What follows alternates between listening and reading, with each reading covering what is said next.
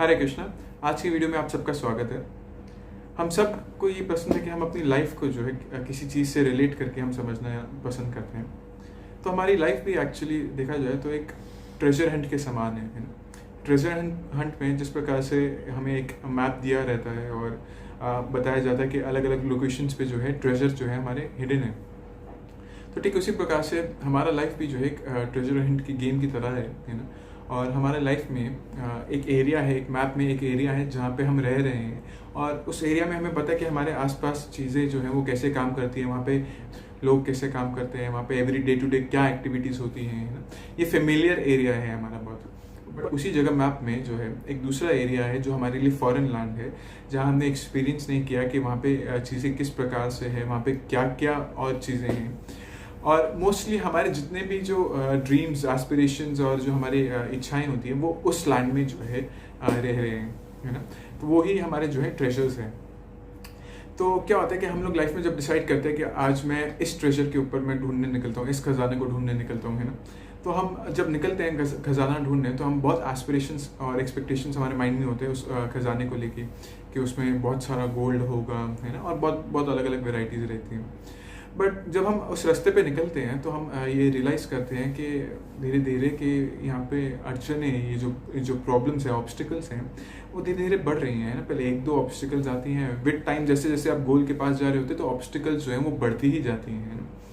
और जैसे हम ऑब्स्टिकल्स को पार करके किसी तरह आगे पहुँचते हैं और जब वो गोल पे रीच करते हैं तो तब हमें लगता है कि अल्टीमेट जो हमारा जो डिज़ायर था कि भैया बहुत सारा गोल्ड होगा, है ना। और जैसे ही हम वो ट्रेजर हंट खोलते हैं तो इतना सारा गोल्ड नहीं होता वो, बल्कि दो चार सिल्वर के कुछ स्पून्स निकलते हैं और पुराने जो है ऑर्नामेंट्स टाइप निकलते हैं, है ना। तो हम लोग उस सिचुएशन के बाद क्या होता है, क्योंकि हमने इतना एक्सपेक्टेशंस रखा होता है कि हम बहुत डिसहार्टेड, फ्रस्ट्रेटेड फील करते हैं ना, डिसअपॉइंटेड फील करते हैं अपने आप में। और हम लोग कई बार क्वेश्चन करते हैं कि क्या मैं सही रास्ते पे चल रहा हूँ या मेरे को गलत ट्रेजर हंट की तरफ गया मैं, है ना, मेरे को कहीं और किसी और जगह पे जाना चाहिए था, है ना।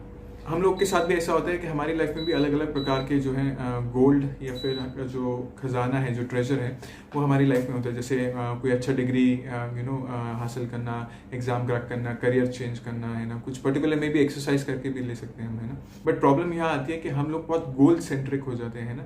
बार बार हम गोल के ऊपर ही एक्सपेक्टेशंस लगा के रहते हैं और उसी को हम अपना मोटिवेशनल फोर्स लेके ड्राइव करते हैं, है ना।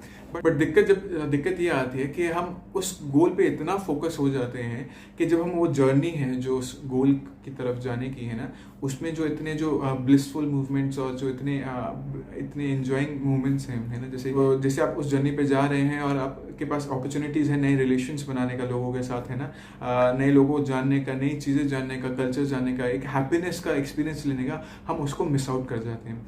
और ना केवल ये मिस आउट कर जाते हैं बल्कि जो हमारी जो एडवर्सिटीज़ जो हमारी लाइफ में आ रहा होती है उसको हम एक सॉर्ट ऑफ हर्डल समझते हैं अपनी लाइफ में, रादर दैन वो हमारी लाइफ में एक स्टेपिंग स्टोन की तरह काम करता है हमारी लाइफ में, जिसके ऊपर हम पैर रख के हम ग्रो कर सकते हैं, उसको आगे बढ़ सकते हैं, है ना, अपने आप को डेवलप कर सकते हैं। हम इस चीज़ को भी, हमारा एटीट्यूड जो है मिस आउट हो जाता है। तो हमारा दिक्कत यहीं पे आते हैं, हम लोग प्रोसेस सेंट्रिक ना होके हम लोग गोल सेंट्रिक बहुत हो चुके हैं। हम लोग गोल की तरफ जो है एक्सपेक्टेशंस बहुत अननेसेसरीली बढ़ा देते हैं, जिसकी वजह से क्या होता है कि हम जैसे ही वो गोल अचीव करते हैं, है ना, तो वो गोल अचीव करने के साथ साथ डिसअपॉइंटमेंट, फ्रस्ट्रेशन तो रहता ही है, बट उसके बाद वरी जो है अगला बढ़ जाता है, क्योंकि ये गोल आया तो अब लगता है कि अच्छा इसमें तो वो नहीं मिला खुशी, है ना। अब फिर लगता है कि हम दूसरे अगले हायर गोल है ना कि मैंने एग्जाम क्रैक कर लिया तो अब है कि बेटर कॉलेज चाहिए मुझे, बेटर कॉलेज क्रैक कर लिया तो एंट्रेंस हो गया तो अब मेरे को बेटर जॉब चाहिए, है ना। तो ये हमारे जो वरीज हैं वो भी बढ़ते रहते हैं ना, they never tend to settle down, है ना। और हम जब भी नेक्स्ट लेवल पे पहुंच रहे हैं तो हमें उतना सेटिस्फैक्शन नहीं मिल पा रहा जितना हम एक्सपेक्ट कर रहे हैं या जितना हम डिज़ायर कर रहे हैं ना, जितना हमने सोच के रखा था उससे।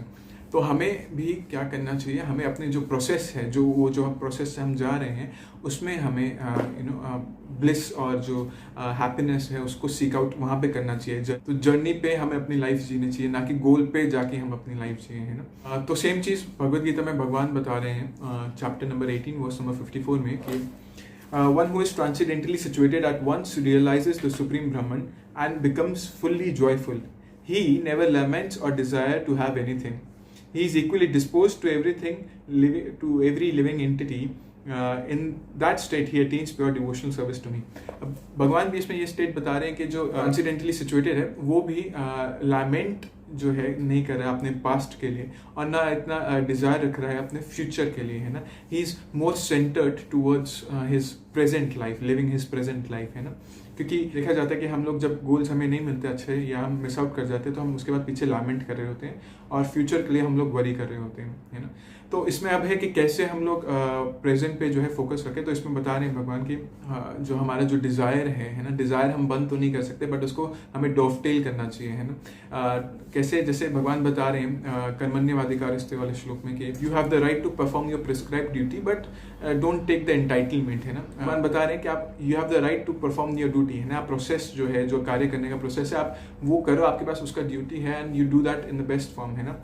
और जो एंटाइटलमेंट है, you do not keep it for your self, है ना। या तो दूसरों के वेलफेयर के लिए करो या फिर अल्टीमेटली जो हाईएस्ट है that is you do it for the welfare of Krishna, है ना। भगवान Bhagavad Gita chapter number 3 verse number 9 में बता रहे हैं कि you do these activities as a sacrifice for Vishnu, है ना। या तो हम सैक्रिफाइस हम जनरल लोगों के लिए कर सकते हैं और या फिर हम विष्णु के लिए कर सकते हैं। और विष्णु के लिए सैक्रिफाइस करेंगे तो it is just like watering the root, है ना। एक तरीका होता है या तो आप पेड़ के हर पत्तों को पानी दीजिए, है ना।